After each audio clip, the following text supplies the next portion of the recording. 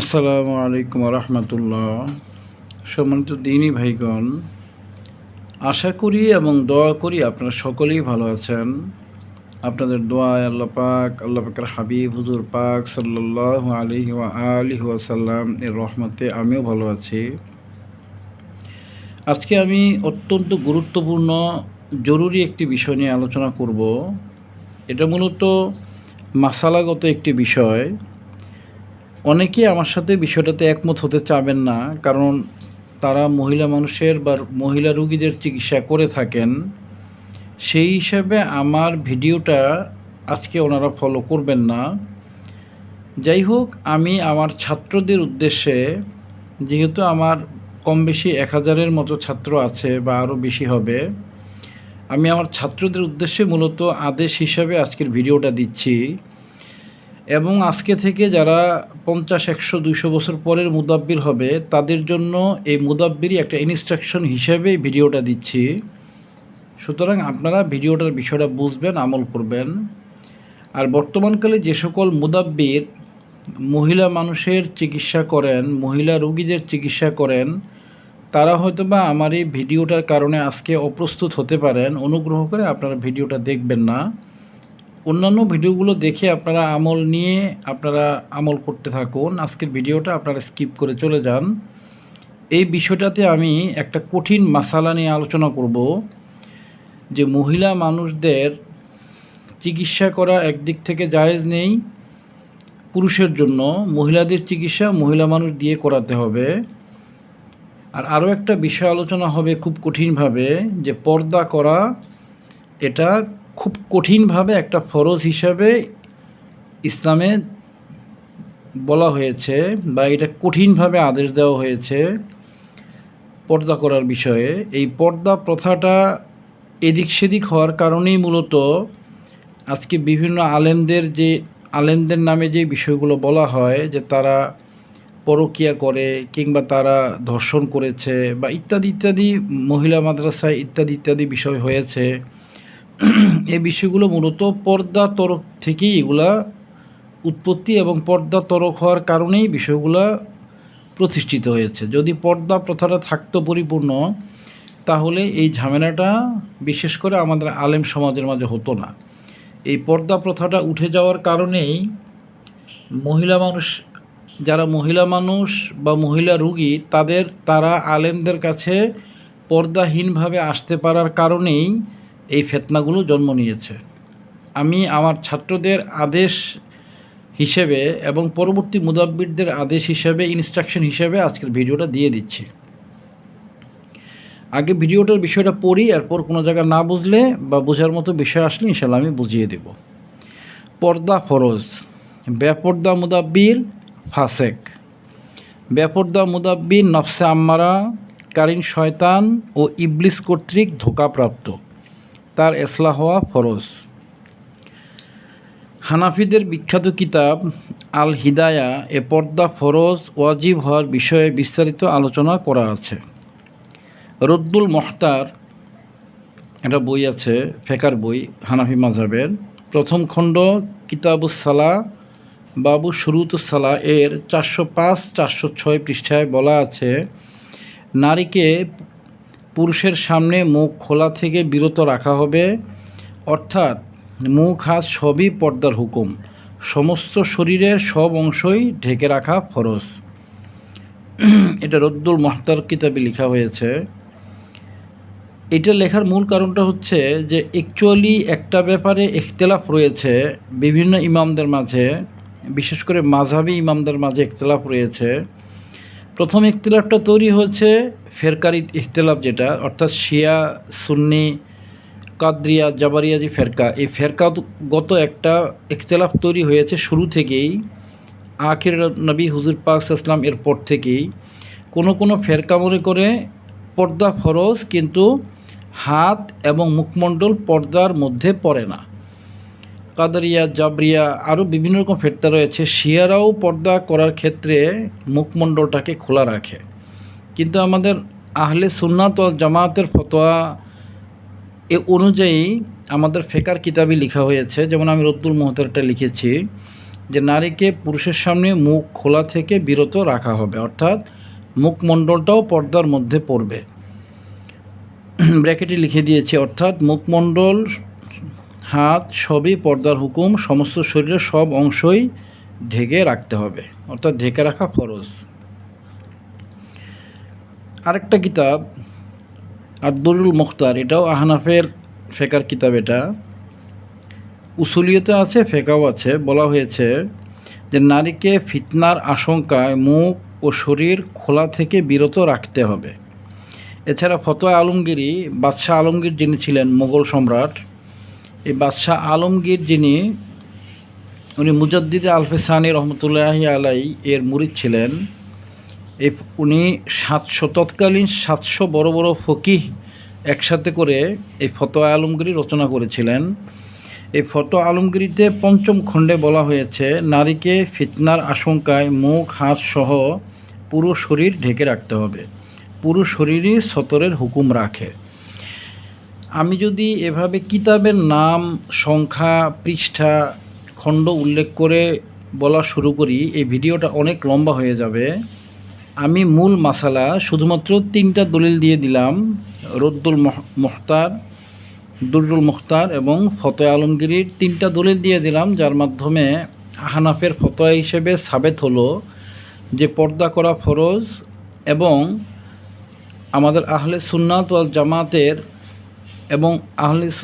জামাতের মধ্যে 4টা মাযহাব, হানাফি, শাফি, মালিকি এবং হাম্বলি, এই প্রত্যেকটা মাযহাবের মধ্যেই মুখমণ্ডল এবং হাত এগুলো পর্দার সতরের অন্তর্ভুক্ত মেয়েদের, এবং পর্দা করা ফরজ।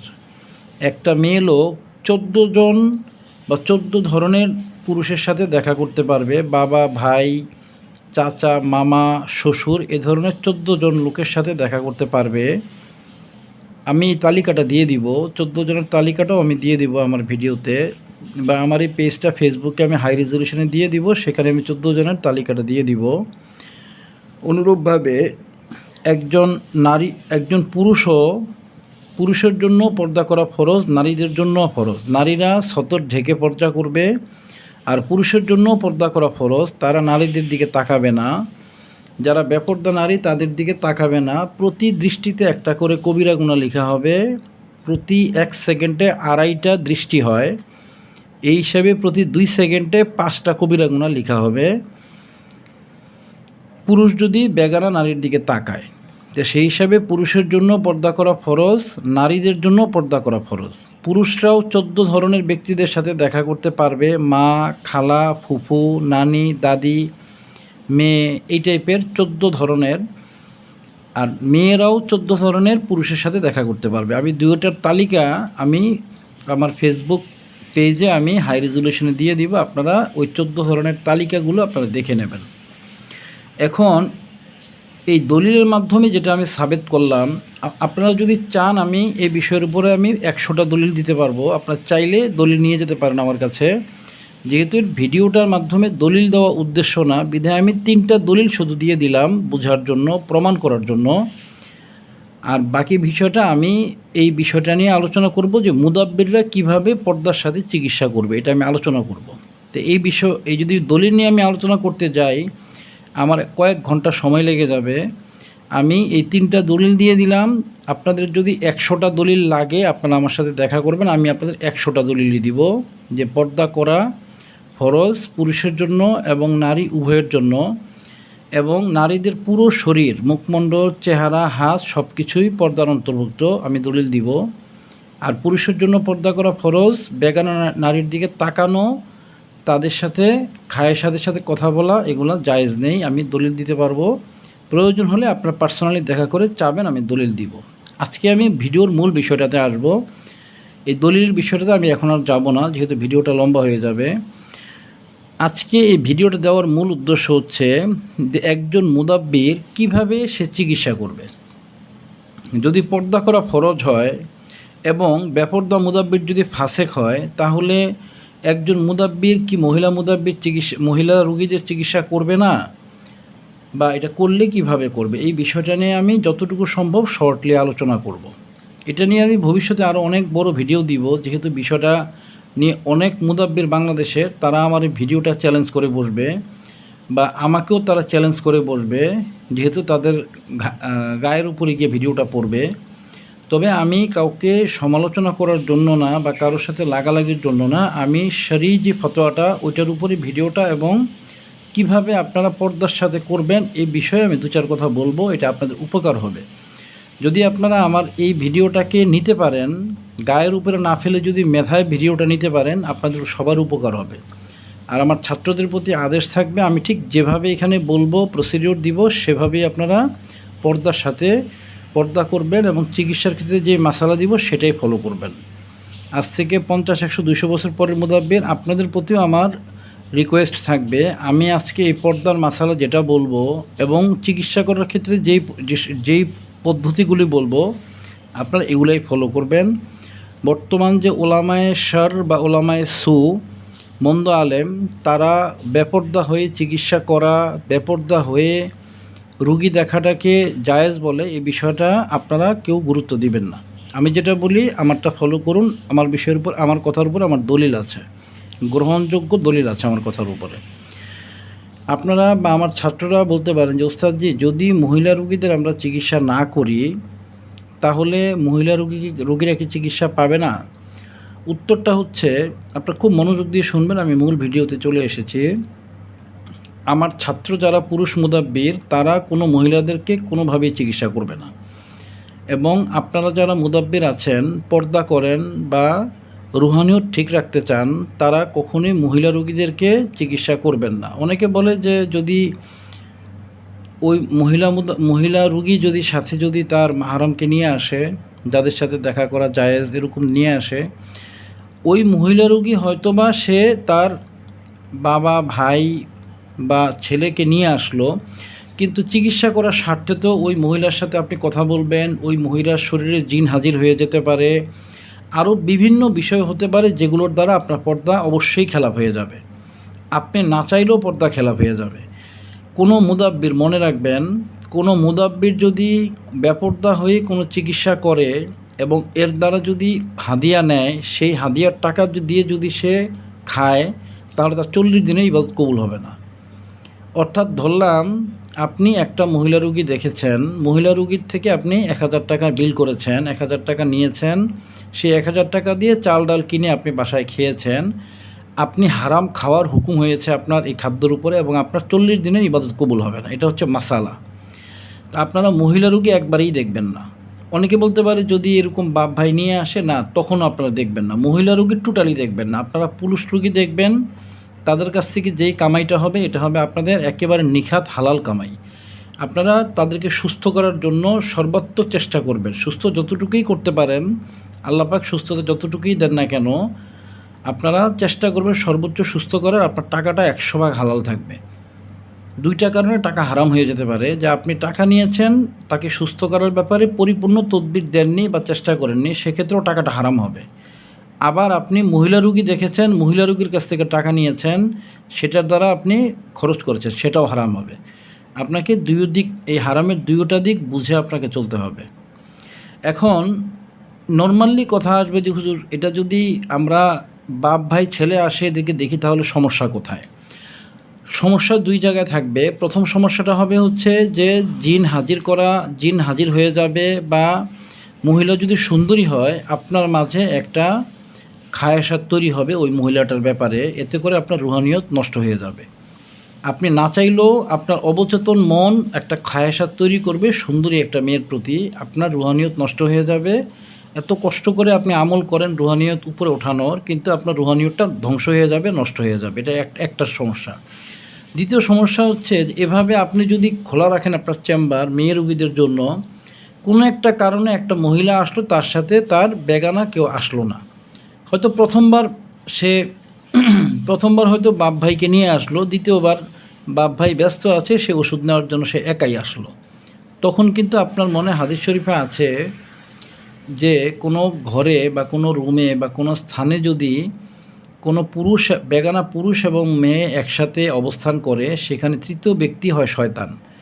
আর যেহেতু একজন মুদাব্বির সবাই কারিন জিন থেকে মুক্ত না বা নফসে আম্মারা থেকে মুক্ত না, দেখা যাবে এই মেয়ে মানুষদের চিকিৎসা করার ছুতায় বিভিন্ন সুন্দরী মেয়েরা আপনার কাছে বিভিন্নভাবে চলে আসবে আপনার বুঝে অবুঝে, এবং আপনার দ্বারা অঘটন ঘটিয়ে ফেলবে কারিন জিন এবং নফসে আম্মারা আপনাকে অঘটন ঘটিয়ে ফেলবে, এবং আপনি রুহানিয়ত ধ্বংস হবেই হবে, পাশাপাশি আপনি একজন অসম্মানিত অবস্থায় এবং আপনি মানুষের কাছে অসম্মানিত এবং খুব খারাপ রকমের একটা রেপুটেশনের লোক তৈরি হয়ে যাবেন এই মহিলা রোগী দেখার বিষয়টাকে কেন্দ্র করে। এই জন্য আপনারা কমপ্লিটলি মহিলা রোগী দেখাটা অ্যাভয়েড করবেন যৌক্তিকভাবে এবং সরিভাবে। এই মহিলা রোগীদেরকে অ্যাভয়েড করাটা এটা ফরজ। তাদের কাছ থেকে যদি আপনারা চিকিৎসা করে কোনো পয়সা নেন, এটা হারাম হবে। এখন আমি আলোচনা করব যে সেক্ষেত্রে মহিলা রোগী যারা রয়েছেন তারা কোথায় চিকিৎসা নেবেন, তাদের কি চিকিৎসার ব্যবস্থা হবে না? তারা কি এই জিন জাদুর প্রবলেম হলে এই জিন জাদুর প্রবলেম নিয়েই মারা পড়বে এবং অসুস্থ থাকবে? এই বিষয়টা নিয়ে আমি আলোচনা করব।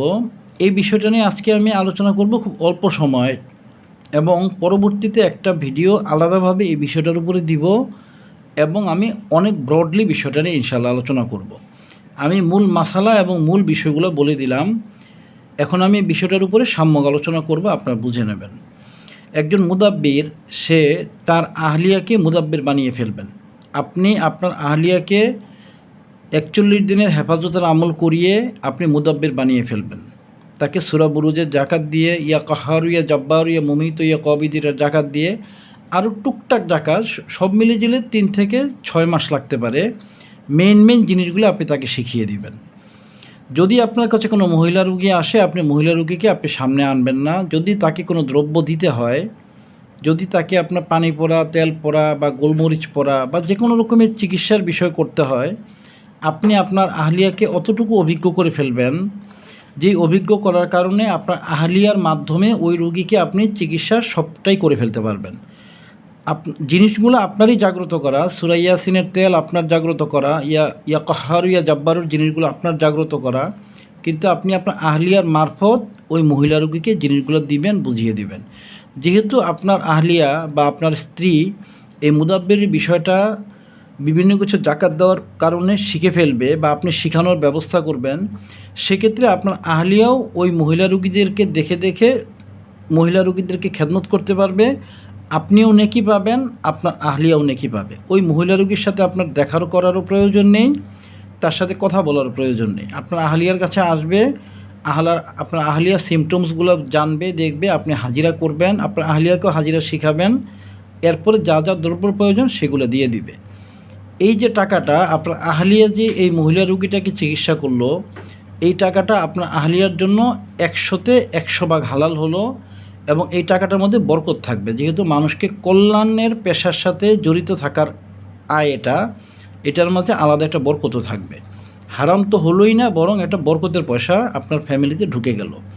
এখানে আরও একটা প্লাস পয়েন্ট থাকবে, মনে রাখবেন, কোনো মুদাব্বির যদি মারা যায়, এক্ষেত্রে মুদাব্বিরের আয় রোজগার যদি সেই রকম না থাকে বা নিজস্ব বাড়িঘর না থাকে বা সম্পত্তি ওই ধরনের না থাকে, সেক্ষেত্রে ওই মুদাব্বিরের পরিবার বিপদগ্রস্ত হয়ে পড়ে। যদি আপনারা আপনাদের আহলিয়াদেরকে মুদাব্বিরি শিখিয়ে ফেলেন, অন্তত বেসিক যে জিনিসগুলো, এমন না যে আপনি বড় বড় জিন্নাত হাসিল করেছেন, আপনি সমুদ্রে পাহাড়ে বন জঙ্গলে সাধনা করেছেন, আপনার আহলিয়াকে এগুলো শেখাতে হবে না। ওগুলো শুধু আপনাকে করলেই চলবে। আপনি মেইন জিনিসগুলো সব আপনি শিখবেন, আপনি হাসিল করবেন, আর আপনার আহলিয়াকে আপনি অতটুকু শিখাবেন, বুঝাবেন যতটুকুর দ্বারা মোটামুটি একটা মুদাব্বির হিসেবে আপনার আহলিয়া বা আপনার স্ত্রী তৈরি হয়ে যাবে। যেমন আপনি সুলেমান সাধনা করবেন, সুলেমান সাধনা করার মাধ্যমে আপনি মোয়াক্কেল পাথর আপনি জাগ্রত করবেন। আপনার আহলিয়ারই সাধনা করার প্রয়োজন নেই। মহিলা রোগী আসলে ওই মোয়াক্কেল পাথরটা আপনার কাছ থেকে নিয়ে আপনার আহলিয়া ওই মহিলা রোগীটাকে দিবে। মেইন জিনিসটা থাকবেন আপনি, আর আপনার আহলিয়া মহিলা রোগীদেরকে চিকিৎসা করবে। ওই টাকাটাও হালাল হবে, মহিলারাও চিকিৎসা পাবে, এবং আপনিও শতভাগ ফিতনা থেকে বেঁচে থাকবেন।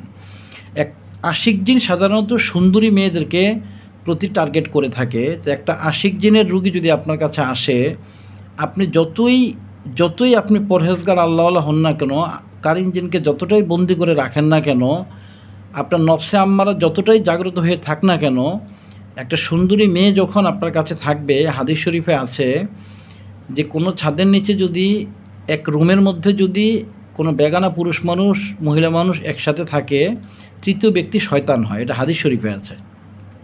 সেই হিসাবে আপনার রুহানিয়ত অবশ্যই নষ্ট হবে, এবং নষ্ট হতে হতে একসময় এমন অবস্থা হবে যে ওই মেয়েটার প্রতি আপনার একটা খায়াসাত তৈরি হতে পারে। তখন এই খায়াসাতের থেকে অনেক বড় রকমের অঘটনও ঘটে যেতে পারে, আপনার কেরিয়ারও নষ্ট হয়ে যেতে পারে। এই সুযোগটা আপনি অবশ্যই দিবেন না। মনে রাখবেন, এই সুযোগটা আপনি আপনার নফসকে কখনোই দিবেন না, আপনার আত্মাকে এই সুযোগটা আপনি কখনোই দিবেন না। আপনি এতটা পর্দা করবেন যে পর্দা করার কারণে কখনোই ওই মেয়েটার কাছে আপনাকে যেতে না হয়, কখনোই ওই মেয়েটা যেন আপনার কাছে আসতে না পারে, আপনি এতটা পর্দা করবেন। সেক্ষেত্রে কখনোই এ ধরনের যে ঝামেলা হওয়া, আপনার কেরিয়ার নষ্ট হওয়া, ইজ্জত নষ্ট হওয়া, এবং আপনি বেগানা মানুষ মেয়েদের সাথে বসে কথা বলার কবিরা গুনাহ, এগুলো থেকে ইনশাল্লাহ পুরোপুরি পরেজ থাকতে পারবেন। আর আহলিয়াদেরকে আপনার শেখানোর কারণে আপনি যদি কখনো মারা যান, আপনার আহলিয়া এই মুদাব্বিরি ইলিমটা মানুষকে মুদাব্বিরি ইলিমটার মাধ্যমে মহিলা রোগীদেরকে চিকিৎসা করেও সে কামাই রোজগার করে সন্তানদেরকে লালন পালন করতে পারবে। অর্থাৎ আপনি মারা গেলেও আপনার আহলিয়া আপনার সন্তানদেরকে লালন পালন করে ইনশাল্লাহ বড় করতে পারবে। একটা বাড়তি প্লাস পয়েন্ট আপনার জীবনে থেকে যাবে আহলিয়াদেরকে মুদাব্বিরি শেখালে। দুইটা জিনিস হলো, আমি পুরো আলোচনাটাকে এবার ডিস্ট করে নিয়ে আসি। যদি আপনি আপনার আহলিয়াকে শেখান, তাহলে আপনি পর্দা ফরজ এই বিষয়টার উপরে আপনি অটুট থাকতে পারবেন, এবং এই বিষয়টার উপরে আপনি ইস্তেকামত থাকতে পারবেন যদি আহলিয়াদেরকে মুদাব্বিরি শিখিয়ে ফেলেন। এবং পাশাপাশি আপনি যদি কখনো মারা যান, আপনার আহলিয়া আপনার সন্তানদের জন্য একটা রোজগারকারী ব্যক্তি হিসেবে তৈরি হয়ে যাবে। আপনার আহলিয়া শুধুমাত্র মহিলা রোগীদেরকে চিকিৎসা করেও প্রতি মাসে 50,000 1 লাখ টাকা ইনকাম করে ফেলতে পারবে। এই দুইটা সুবিধা হবে আপনার আহলিয়াকে মুদাব্বিরি শিখালে।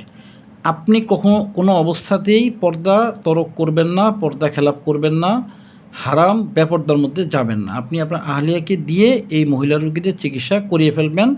আপনার সন্তানরাও ভবিষ্যতে সুবিধাজনক পর্যায়ে থাকবে আপনি যদি মারা গিয়ে থাকেন। আজকের ভিডিওটার মাঝে আমি যেই বিষয়টা বোঝাতে চেয়েছি, আমি জানি না বোঝাতে পেরেছি কি না। আমি যতটুকু বোঝাতে পেরেছি আপনারা ভিডিওটা কয়েকবার দেখে এই ভিডিওটার যে সার কথা, এই বিষয়টা বুঝে নেবেন। আমি এই বিষয়টি নিয়ে ভবিষ্যতে আরও অনেক বড় ভিডিও বানাবো, এবং এই বিষয়গুলো আমি প্রতিষ্ঠিত করে দিব যে কিভাবে একজন মুদাব্বির পরিপূর্ণ পর্দার মাঝে থেকেই সে মহিলা মানুষদেরকে চিকিৎসা করতে পারবে, এবং মহিলা যারা আহলিয়া রয়েছে, মুদাব্বিরদের আহলিয়া, তারাও এই মুদাব্বির ইলমটা শিখে কীভাবে তারাও কামাই করতে পারবে হালালভাবে। এই বিষয়টার উপরে আমি ব্রড ভিডিও ইনশাল্লাহ ভবিষ্যতে দিব। আজকে যে বিষয়টা দিয়েছি, বিষয়টা আপনারা যতটুকু সম্ভব আপনারা এটা মেমোরাইজ করবেন এবং এটা উপলব্ধি করার চেষ্টা করবেন, আপনাদের ভালো হবে। আমার যারা ছাত্র রয়েছেন, আপনাদের প্রতি আজকে আমার আদেশ থাকলো যে আজকে থেকে আপনারা মহিলা রোগীদের চিকিৎসা করা পুরোপুরি বন্ধ করে দিবেন, এবং 100% রুহানিয়তটা উত্তরণ ঘটানোর ব্যাপারে সর্বোচ্চ মনোনিবেশ করবেন। আপনাদের যারা আহলিয়া আছে, আহলিয়াদেরকে আজকে থেকে আপনারা 41 দিনের হেফাজতুল আমলটা শুরু করিয়ে দিবেন। হেফাজতুল আমলটা শুরু করতে হলে আপনি এজাজত দিবেন না, আপনি ডায়েরি নিয়ে আসবেন আমার কাছে, আমি লিখে দিব যে 41 দিন হেফাজতুল আমল এজাজত দেওয়া হলো। আপনার আহলিয়া 41 দিন হেফাজতুল আমল করবে, এরপর সূরা বুরুজের জাকাত দিবে, সূরা ইয়াসিনের প্রথম মুবিনের জাকাত দিবে, ইয়া কাহারু ইয়া জব্বারু ইয়া মুমিতু ইয়া কবিদির জাকাত দিবে। সূরা ইয়াসিনের মেয়েদের জন্য সবচেয়ে ভালো হচ্ছে আর রহমানুর রহিম এর মুআক্কেল হাসিল করা, আর ছেলেদের জন্য হচ্ছে ইয়াকা না'বুদু ওয়া ইয়াকা নাস্তাঈন এর হাসিল করা। তো আপনারা যারা আমার ছাত্র, তাদেরকে ইয়াকা না'বুদু ওয়া ইয়াকা নাস্তাঈন এর মুআক্কেল হাসিল করানো হয়েছে। আপনারা আপনাদের আহলিয়াদেরকে আর রহমানুর রহিম এর মুআক্কেল হাসিল করিয়ে ফেলবেন। এরপর আরও টুকটাক কিছু জাকাত যেটা আমি ডায়েরিতে লিখে দিব, ইনশাল্লাহ আপনার আহলিয়া মুদাব্বির হিসেবে একটা ভালো মুদাব্বির হয়ে যাবে।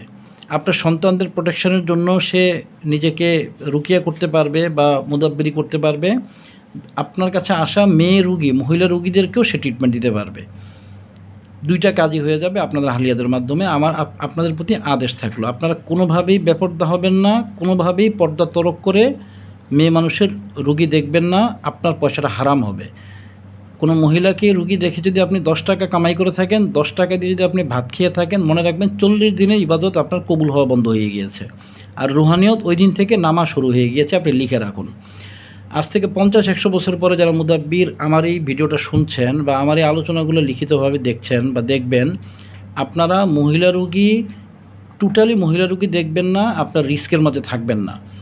মহিলা রুগী দেখা মানে রিস্কের মধ্যে থাকা, আপনারা থাকবেন না। আপনারা মহিলা রুগীদেরকে আপনার আহলিয়াদেরকে দিয়ে দেখাবেন, আপনার ওয়াইফদেরকে দিয়ে আপনারা মহিলা রুগীদেরকে দেখাবেন। আপনারা শুধু পুরুষ রুগী দেখবেন এবং রুহানিও তো ঠিক থাকবে, ইনকামটা হালাল থাকবে।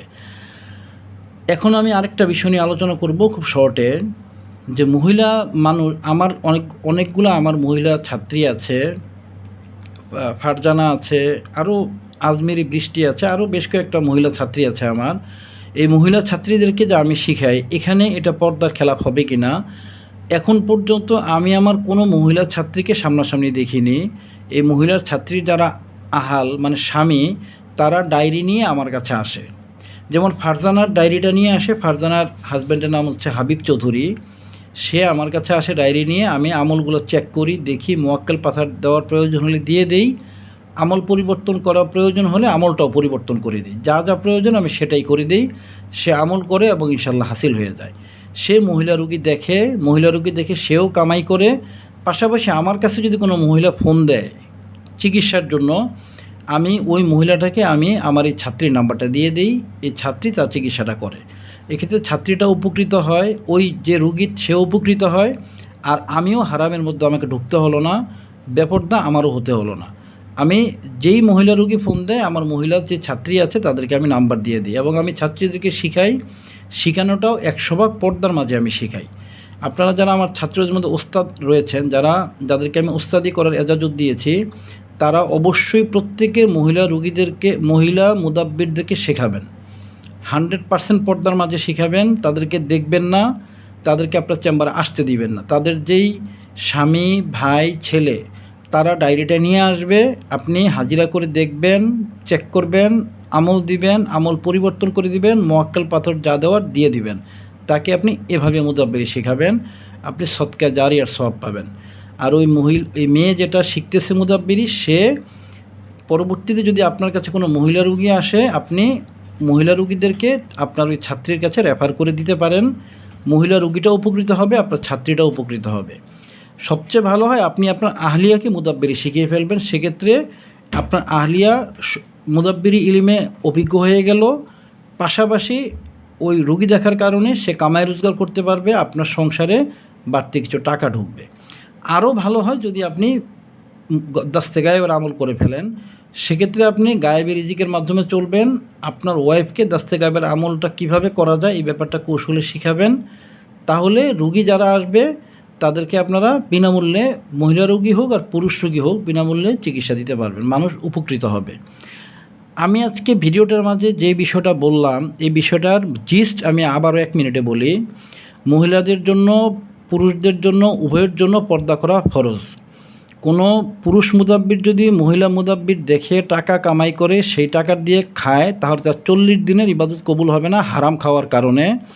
এবং যেই পুরুষ মুদাব্বির মহিলা মুদাব্বিরদেরকে চেম্বারে দেখে, সে হচ্ছে ফাসেক।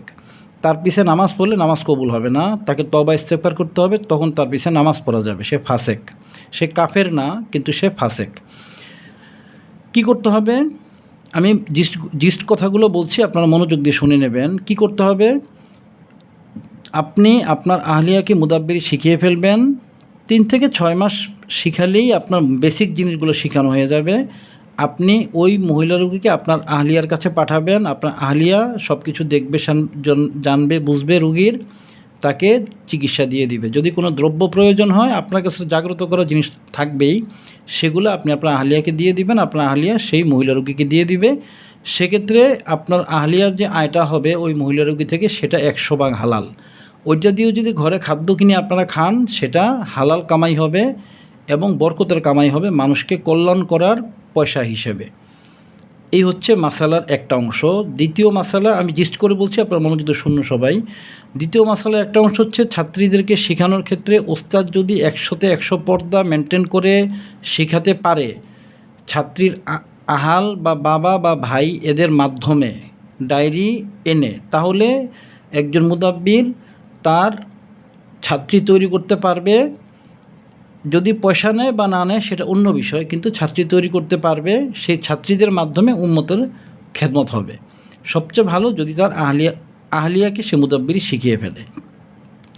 আজকের মূল আলোচনাটাও আমি জিস্ট করে বলে দিলাম এবং ব্রডলিও মোটামুটি কিছু কথা বলেছি।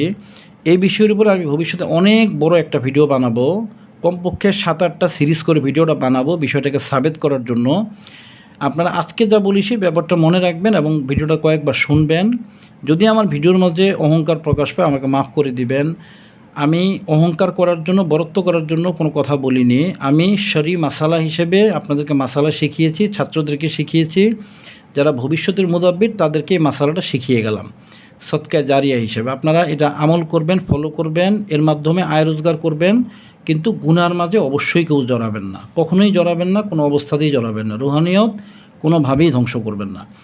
আমি আপনাদের সকলের জন্য কল্যাণের দোয়া করি, আপনারা সকলে আমার জন্য কল্যাণের দোয়া করবেন। আমরা সকলেই সকলের জন্য কল্যাণ এবং পরকালীন কল্যাণ এবং আল্লাহ পাকের হাবিব হুজুর সাল্লাল্লাহু এর সন্তুষ্টির জন্য আমরা দোয়া করব, পরস্পরের জন্য। আপনি আমাদের জন্য দোয়া করবেন, আমার জন্য, আমি আপনাদের সকলের জন্য দোয়া করব।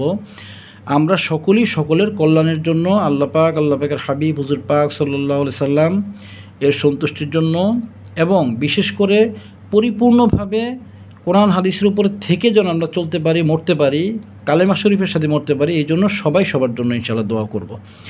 আসসালামু আলাইকুম ওয়া রাহমাতুল্লাহি ওয়া বারাকাতুহু।